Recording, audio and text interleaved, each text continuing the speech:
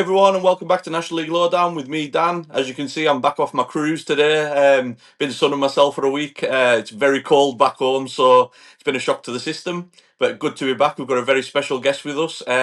But before we get to Graham, obviously, Mark, I'm joined by. How are you, mate? You okay? Yes, aloha everyone, and yes, welcome back, Captain.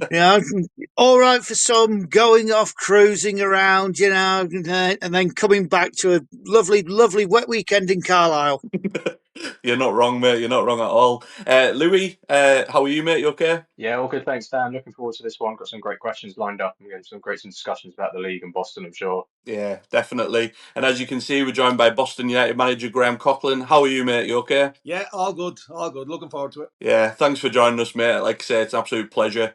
We'll get straight into it. So, obviously, I know you obviously played for a long time as well. I looked at your page where it was like who you played for. You played for some big sides like Sheffield Wednesday, Shrewsbury, Rotherham, Plymouth Argyle. So, I wanted to ask you, like, did you always know you wanted to go into coaching, or was it something that you kind of picked up over the years? I think, look, when you love the game and you have a passion for the game, I think you always want to, and you think about your next move and what's going to happen when you finish playing. So it was always something that I had a real keen interest in. It wasn't until Dave Hughes, who obviously was the Newport manager, was at Shrewsbury. He was the youth team manager at Shrewsbury, and he chucked us in the deep end with the youth team.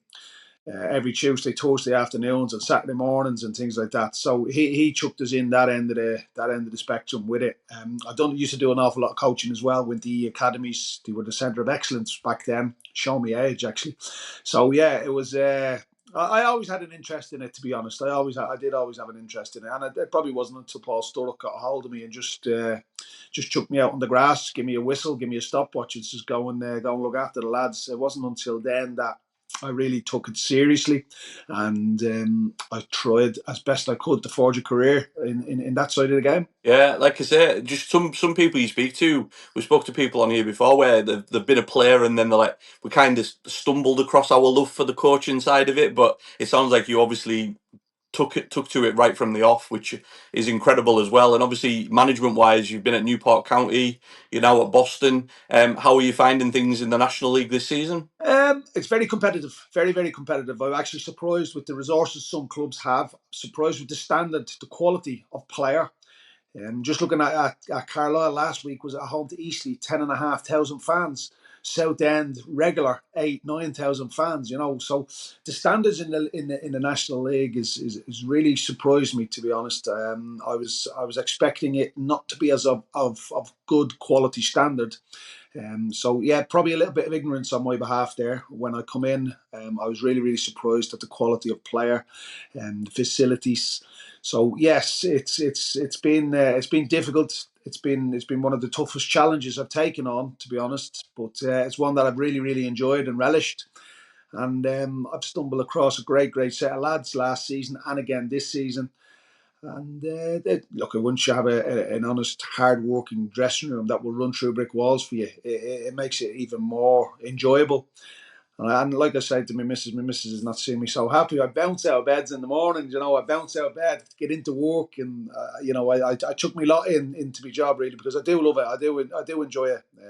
So yeah, look, it's been brilliant. It's been brilliant. We all want to win, and we all want to be higher up the league, and we all want to be so much better. But I've really enjoyed it. I really enjoyed it. I know it's been a huge challenge. Yeah, and obviously you mentioned about Carlisle there. Obviously, we'll talk a little bit about Saturday's game now. Obviously, I watched it. I thought you, especially first half, I thought you had us figured out. You pressed us high up the pitch. You were really impressive, really impressive. I think it was just second half. I think we made some substitutions. We brought some fresh legs on, and I think that was the only difference. We took a chance late on, but I thought you were very unlucky not to get anything out of the game. How did you see the game? We were going into the game. We'd obviously been up there in the FA Cup, and I just felt the first 15, 20 minutes up there, we were gone. We were out of the game. It was 3-0 actually. We made a mistake. We let them.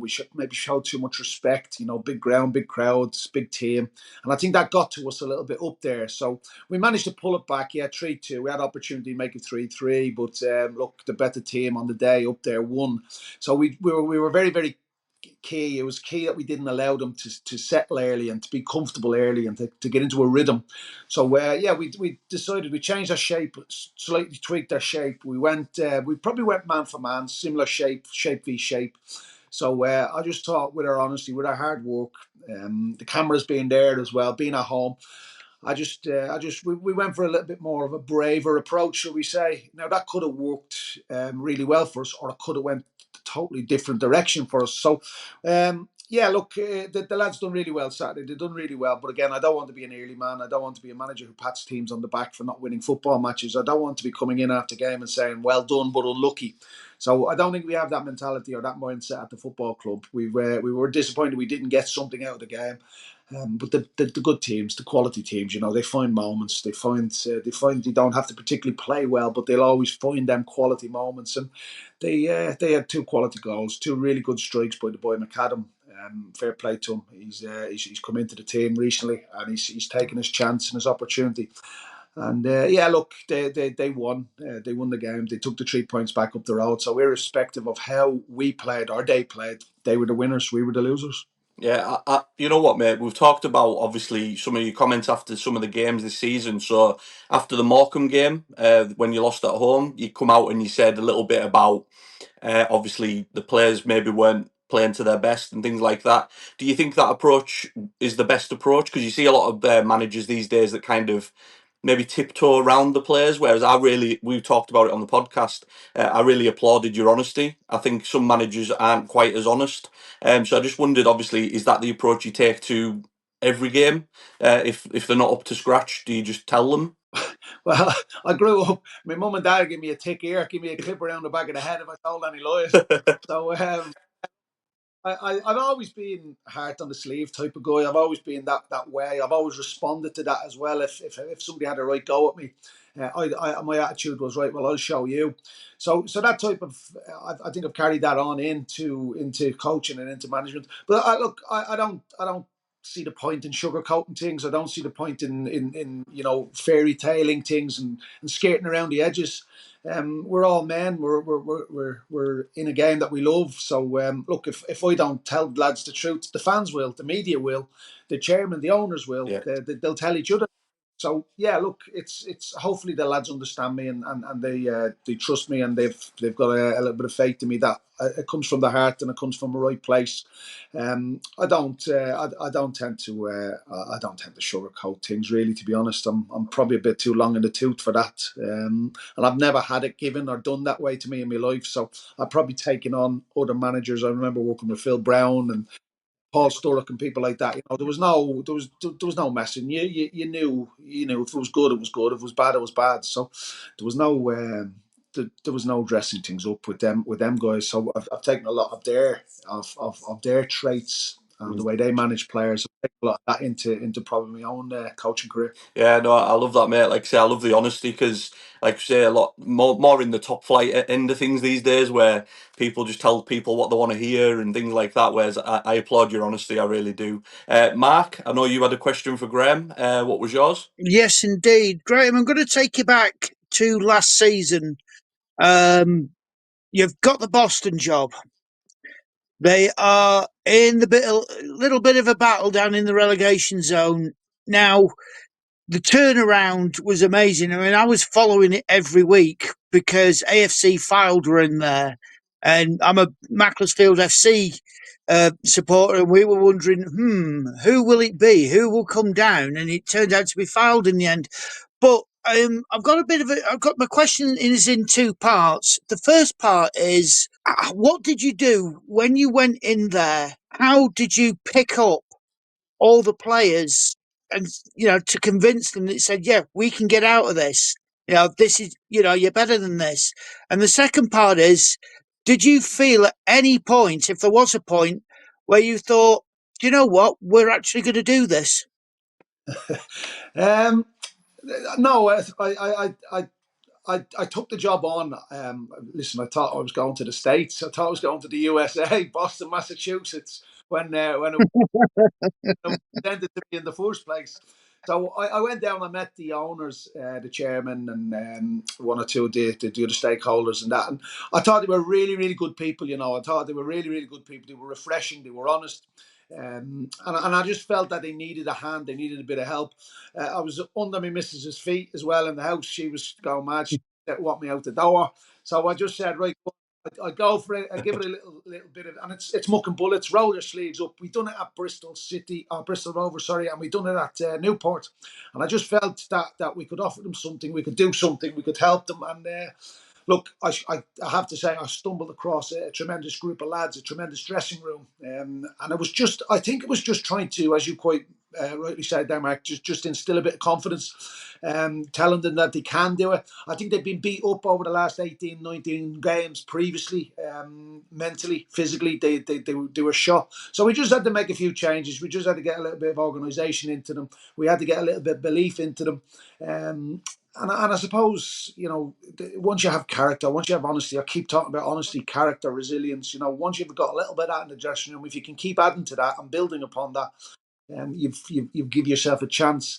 We ended up, we had players that were, Jacob Hazel wasn't a fan's favourite when he come through the front door, but Jacob for us, he was irreplaceable. He chases lost causes. He makes bad balls, good balls. And he's probably not pleasing on the eye, but he was so effective. He was a huge player for us. Now, we lost him second last game of the season with an ACL, so he's a big loss to us at the minute. But yeah, we just, not only Jacob, but we got all the lads chasing lost causes. We got them all putting their bodies on the line.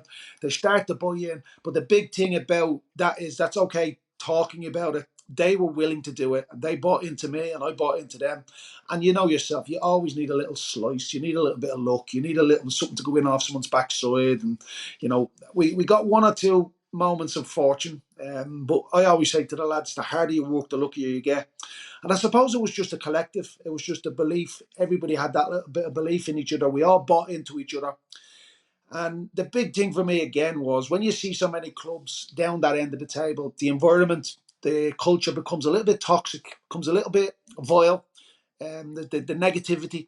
And our fans, we would lose a game, and our fans would cheer us off the pitch. And I can't overstate or how important this was. Our fans were cheering us off the pitch when we were getting beat or when we were in bad moments. Our fans stuck with us, and they sang their hearts out. They cheered the lads off the pitch, and it made my job so easy. Going in after a game, look, lads, that's the fan base you've got. You can't don't let them down. Go out and play for them because they're singing their hearts out for us. So yeah, look, the fans had a massive part to play, building an environment and a culture that everybody wanted to be part of. Everybody wanted to pull the jersey on and get out and do their bit was really important. The culture drove the environment. But yeah, I suppose honestly, hard work, slice of luck here and there, and just buy in. Really, the lads bought into everything we asked. We bought into them. They bought into us, and lo and behold, yeah, I think we were 11 points short at one stage. I think going up to your place, Foiled, we were 11 points short that night, and we beat Foiled away. And it was a massive win for us on a Tuesday night. And then we went back-to-back wins. We won again the following Saturday. So just putting 6 points on the board back-to-back was really powerful. And, the music again goes on in the change room, and it gets louder and louder as the weeks go on. And the lads start then getting up off the chairs, dancing a little bit, and then there's 2 or 3 players dancing. And by the end of it, we had all 20 players dancing in the change room when we'd win again.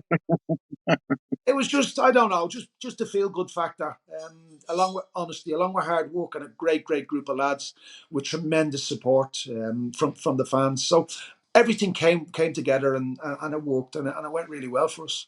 Oh, always good when you can get 20 people at once dancing in a dressing room. And was there any dancing on the chairs? No injuries had. Well, when I walked into the change room my first day, I still have a picture of it. Actually, there was an ice bucket full of ice creams, ice pops, all these candies, things, and sweets. And I just looked and I've just shook my head. And the lads were all going, "What's the manager? What's the gaffer going to do with all this? What's he going to say when he sees this?" So look, there was loads of different things that we had to get rid of. We had to change mindset, mentality. Yeah, as I say, the culture as well. But we had to, all those 1%ers I believed would help us. But at the end of the season, then we brought all the lollipops out for them. We says, now you can have your lollipop and your ice cream, and you can live what you want now for the next 3 months. But yeah, look, all the sacrifices, the lads had to make a lot of sacrifices. They had to put up with me as well, driving and pushing. And we had to work on our fitness levels as well on the training ground. So the lads will tell you the hard work that they put in. They didn't they didn't they didn't love it at first, but it wasn't until you start winning games they're thinking, oh well, the fitness levels, all the hard work on Monday to Friday is paying off. So then they start buying into it, and it just becomes water off a duck's back. But probably the biggest thing for the lads was having to put up with me, because I'm a stickler. I'm moan and complain, and I just want standards, and I just want to make sure that everything is right and there's no excuses. I hate excuses. So yeah, probably I had to change. There was so much I had to change, and I had to make changes, and they had to change. So yeah, it was, look, it was a really testing, tough time, but it was brilliant. I loved it. I loved every moment of it, to be honest. Yeah, I mean, obviously, Carlisle were in League Two last season, but when I was looking in the National League, because I was well aware that we were probably heading that way, so I remember looking and seeing how far adrift you were at one point, and then a couple of weeks later, I looked again, and you were just climbing and climbing. And it sounds really cliched, but momentum's huge, isn't it? It's huge in life, but in football, you win one game, then you said there you went back to back, and it's just the confidence just grows and grows, and sometimes it feels like you're unbeatable, Do you doesn't know it? what we didn't do? We didn't lose 2 games back to back. We won back to back games. We went on these little runs and used to challenge the changing room all the time. Go on, put 2, 3, 4 games. You put a 2-game run there last week. Okay, let's have try and add another game. Well, let's go 3 games on the next run, and let's go 4. And the one thing about the lads, one thing about the changing room was, and again, this is testament to the fans. We lost 1 or 2 games, but we never lost back to back. We never, the dressing room never splintered. The dressing room never broke up. There was no toxicity in the change room. There was no ill feeling. There was no blame culture. We got rid of the excuses. We made 1 or 2 changes, bringing players in and things like that. And we used to talk about the big teams in the division. We used to be mentioning Carlisle coming down. We used to say, lads, these are the teams we want to play against. These are who you want to play against. Again, we touched on it earlier on in the conversation. Southend 8,000-9,000, Carlisle 10,000. And those were all the little nuggets we used to just feed to the players. That's where you want to be playing. That's the opponents you want to be against. You want to be putting yourself in the shop window for their managers and their clubs to be saying, oh, well, he's a good player. Let's take him. That's where they wanted to be. And and hence, look, I say that now, but I was fuming in the summer when all my players were just disappearing to all these clubs. I wasn't happy at all. But that's the type of culture we built. Go and get better. Go and seek better, and go and perform better for yourself, and treat your family and treat yourself, and that type of scenario we were in. Because I suppose Boston will always be a feeder club. Will always be a club that there's a high turnover of players. Given our resources, our finances, so we're always going to lose our better players at Boston. So it would tend to be always a rebuild, and another rebuild. So yeah, it's there's 1 or 2 here at the minute as well that we've got playing, and there will be 1 or 2 clubs that'll pick them up and take them on. So yeah, you've got to probably have a black book of replacements lined up and ready, because you're always vulnerable. When you're at a club like Boston, you're vulnerable to the vultures, to the bigger clubs who can maybe attract and who can maybe pay a little bit more than us. So, yeah, there may have to be a rebuild again in January, and then another rebuild at the end of the season. So yeah, the job gets tougher and tougher all the time. And of course, when you win games last season and you do so well, the expectations then are on you. They might do well this year, and they shouldn't be losing to them, and they shouldn't be doing. There becomes an expectation, becomes a little bit of added pressure as well, I would have said. Yeah, I agree. I think we talked about this at the start of the season. Obviously, you had a bit of a shaky start, and we said it was because everyone will be expecting you to carry on from last season. And a lot of people, like people who aren't Boston supporters like us, we're like, well, why haven't they? And then you see how many players have gone and how many you brought in, and the turnover, and it's all relevant. It really is. But like I said, to hear it obviously from you makes total sense. Louis, I know you've been sat in silence for 20 minutes, mate, so I know you've got questions for Graham.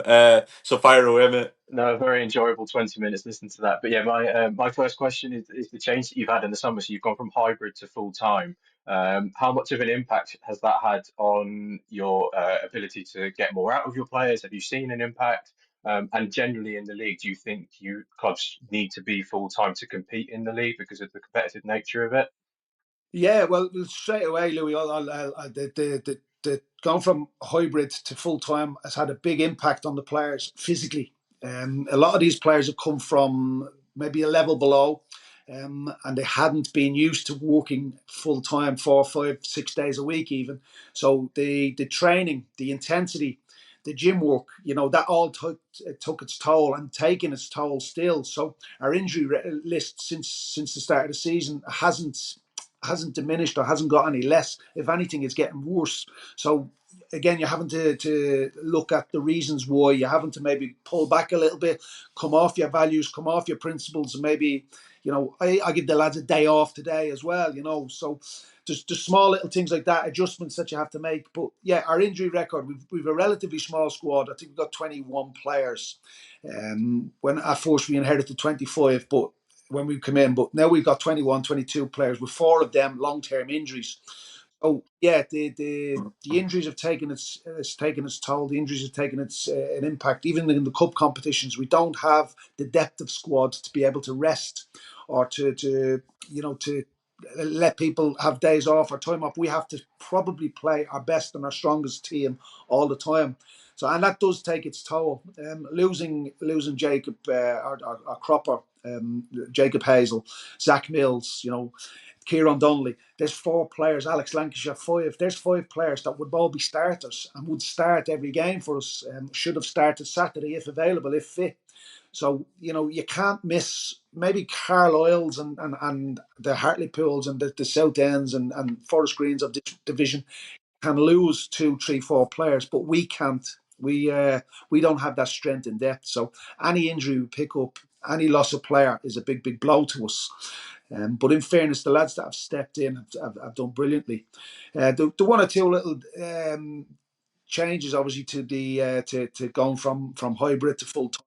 There's more demands on the players. There's more demands for houses, players' houses. So the chairman had to dig deep there as well. Feeding, we had to get the lads fed after training as well in preparation for training tomorrow. You're seeing more of them. You're able to spend more time on shape. You're able to do a little bit more analytical work with them. You're getting them in the gym a little bit more often.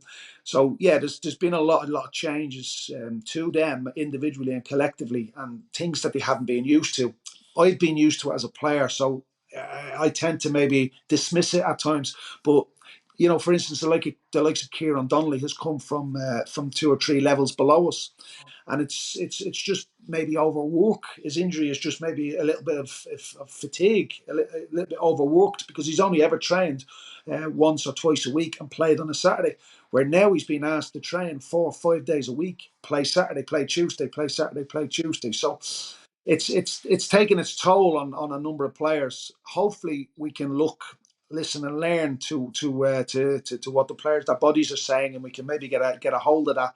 And going forward, then maybe we'll be able to address that. And that little bit of experience that we've experienced over the last 3 or 4 months will help us in our decision making in terms of coming off the players, in terms of their training and daily training schedules and things like that. So, yeah, there's lots to be learned. And like you say, every day is a learning curve. Every day is a school day. Even for someone as old and as grey as myself, there's so much, you're learning so much every day of the week about the lads individually and collectively and about the level. Yeah, I mean, it ties in quite nicely to my second question because obviously your managerial career so far has been in the Football League, and we've touched on it earlier in the podcast as well. But what are the biggest differences, do you think, between the Football League, League One, League Two, and the National League, or do you think it's much closer than what people expect and what people see? Oh, I don't think there's a massive difference between League Two and the National League. I don't think there's too much of a difference. I started my career. I come across the Blackburn Rovers, who were when I was a kid, who was then Premier League champions. Now the standards, and I'll probably bang on about standards now for the next half an hour. But if you can put up with me that long, yeah, the standards. I've had a relatively decent playing career in the Championship and things like that with Sheffield Wednesday and with Plymouth and so standards is key for me. the standards that we have to get to every day of the week it rises all the time. The levels rise. When we come through the front door at first, the standards were poor. I remember the first time the chairman was introduced me to the change room. We had our sit down, cup of tea in the morning, 9:30. Yeah, all the lads will be in at 9:30, 9:45. We can address them at 10 o'clock as a group, introduce you to the change room. It was 25 past 10. Again, we went in to speak to the change room because there was 2 or 3 players late, come in late.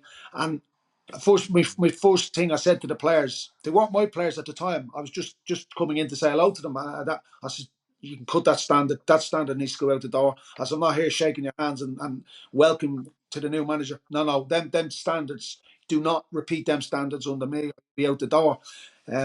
Just small, basic little 1%ers, dress codes, timekeeping. It takes zero talent to be on time, zero talent to be coachable, zero talent to work hard. And these were all the things that we were trying to bang the drum on. And look, hopefully the lads have picked up on that. But the big difference, and I know they talk about these three teams coming up out of the National League and things like that. I think the National League has got a long way to go with standards, facilities. That it needs looking at, it needs work, and it needs to be tidied up before they can seriously be a 3 team up into the football league. I know everybody in the National League will want to bang the drum of that, but I would certainly urge the National League to tidy up standards, push standards, drive standards, be a little bit better all around. The governance of the league, the decision making, all of that needs tidying up. All of that needs bringing into a professional world rather than leaving it. And if you stand still in football, you're dead. You things go past you. And maybe the governance, the leadership and the league is maybe stood still a little bit when it comes to pushing the league on, making it better, making it a much better product for people to come and see on a Saturday afternoon. Raising standards is key to getting those 3 teams into the football league. I've gone off track there a little bit, but hey ho. No, I mean, it pretty much answered my third question already because it was on the 3 Up campaign. Because obviously we've talked about it as a podcast. It's been highlighted on the previous Do that. weekend. We've talked about it. We've talked about it a lot from a National League point of view, but obviously from your experience in the Football League, do you think obviously there is the negative of the third relegation place that come on, but do you think it could be a benefit overall to the Football League to have a third promotion place to improve the quality of the teams coming up and improve the quality of teams in that league?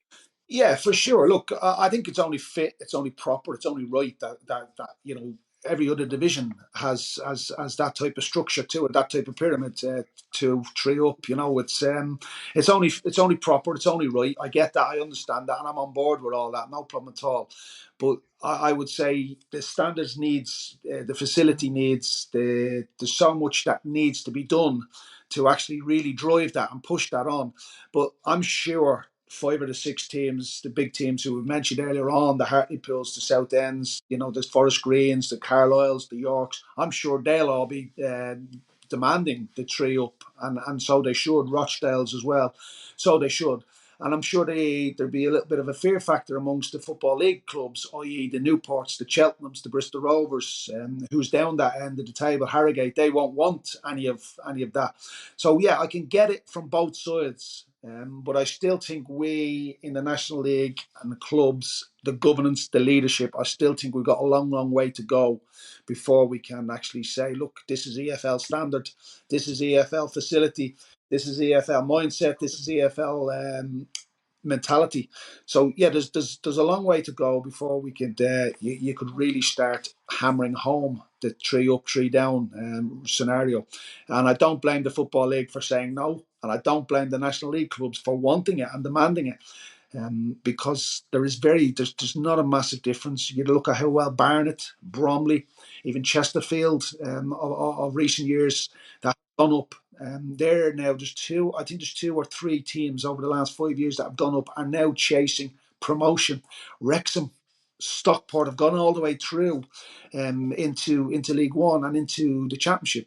So again, yes, you can talk about finances. Yes, you can talk about resources, but there is some really, really big and attractive teams, clubs, really, really big, attractive managers in the National League, like Mark Hughes. I think Robbie Savage, getting those type of people into the National League was massive, and it brings a massive audience as well, and an awful lot of interest. Who people might not have had interest in the league previously, but when you're getting people like those and those standings in the game and what they've done in their careers, when you get them into the National League, it can only benefit the league. And the league should be taking advantage of that now. The league should be taking that on and really pushing and driving standards and trying. The big thing for me is trying to get more people through the door on a Saturday afternoon. Now, whether that be financial or whether it be the current economic state of the world, I don't know, but let's try and improve the product. Let's try and get more people through the gates. Let's try and improve the standards of the officiating. So there's so much work to be done before you could. I would, in my opinion, and anyway, there's so much work to be done before we could really hammer home the 3 up, 3 down. Yeah, I mean, I agree with you, Graham, to be honest, because obviously last season, if you'd asked me as a Carlisle supporter, would I be a fan of the 3 up, 3 down? I'd have probably said no because of where we were. But this season, I'm like, well, actually, it makes more sense. But again, it's where you sit on it, because you mentioned there about Newport, Harrogate, there'll be Accrington Stanley, teams like that always kind of teeter on the edge every year. They are going to be pushing as hard as they can for a no for it, aren't they? Because why would you agree to it and create more jeopardy for yourself? So I think it's going to be one of them debates that goes on for a very long time, because you're not going to have a unanimous decision. You're always going to have somebody pushing back. So I think you've covered that really well, mate. What I wanted to do actually was we put like some feelers out on social media. Any questions for Graham when he comes on the podcast? So we've got a couple for you, if you don't mind. These are from Boston supporters. The first one, Boston's gone global. He was a Boston fan from Vietnam. He said, when things get tough at Boston, when the form's not great, when the players are down, you've obviously kind of mentioned it already. What certain things do you do to get the morale up, keep the players' belief high? What do you do for that? Well, I like to think we're positive, and anyway, I like to think we're a positive group, positive staff, positive change room, and like I said, the fan base are brilliant as well. So we never really, I don't know, we never get too high, never get too low. Always be honest, always be straight with the players. If they're not playing well, tell them. If they're playing well, tell them that they're doing well. But we always tend to take the positives. We do the analysis where myself, Lee Bullen, we spend our weekends. How boring are we? We go over the match. And we pull out the bits and pieces, the clips, and we have James who helps us. James Lovelace helps us on that as well. So we try and give positive debriefs, positive feedback, and we try and show the lads via video or via footage, DVD footage, whatever, on a Monday morning, how close we were, why we won, why we lost, why we drew, why we were in the game.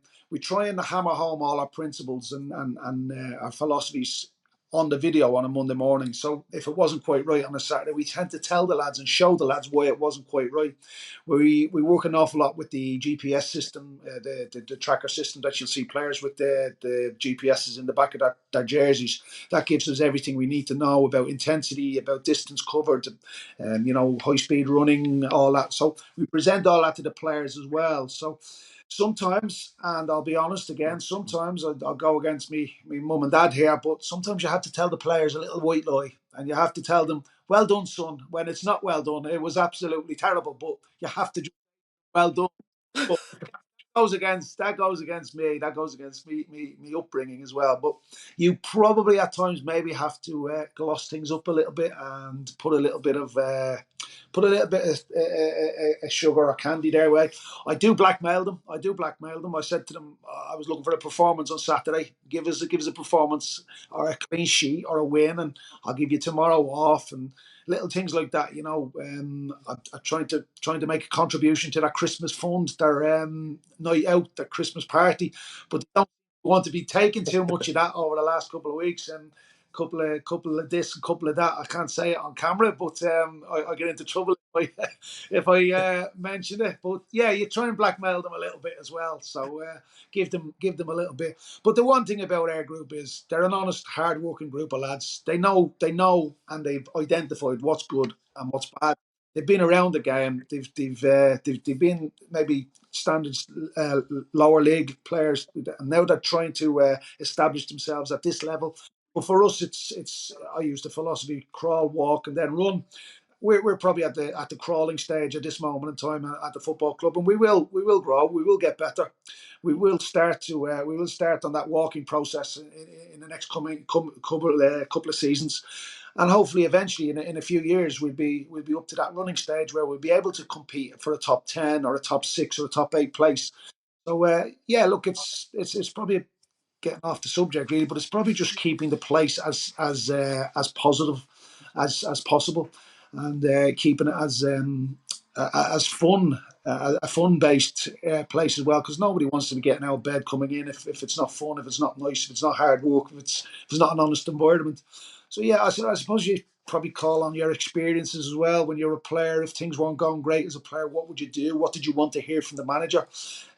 So you call on all that. What did previous managers do for us when things wasn't going well in changing rooms? And yeah, you probably look into all that and maybe delve into your little bit of experience or your little bit of past experience that you've had. So delve into the memory bank, and you'll come up with one or two little things. I don't mind the lads when they will go off and have a coffee together and sit together, and so there's lots of little bits and pieces that you can do to try and keep them engaged, and try and keep their levels, their interest high. Yeah, I mean, obviously you mentioned it there about obviously you've worked with managers, Phil Brown, Paul Sturrock, people like that, so you've got lots of experience yourself that you can just think, right, what did they do? What did they do? How do I kind of use that in my own way to navigate that with the players? So that totally makes sense. And another question I've got for you, mate, was from another Boston supporter on Twitter, or X as it's called these days. Was Lennell John-Lewis obviously signed? What's his impact? I'm assuming they're a big John Lewis fan. For me, I'm not a fan of John Lewis because he always scores against Carlisle. Doesn't matter who he's playing for, always scores against us, and he scored again on Saturday. What's his impact been like since he's come into the club? Well, like I said at the top of the show, losing Jacob Hazel was massive. And I did think at the time Jacob Hazel was irreplaceable. He probably still is, to be honest. But bringing Lenny in, we brought Lenny in for a number of reasons. Obviously his name is a shop, so we have that song going in the change room, and that's great. So there's a connection there straight away with the fans and the player.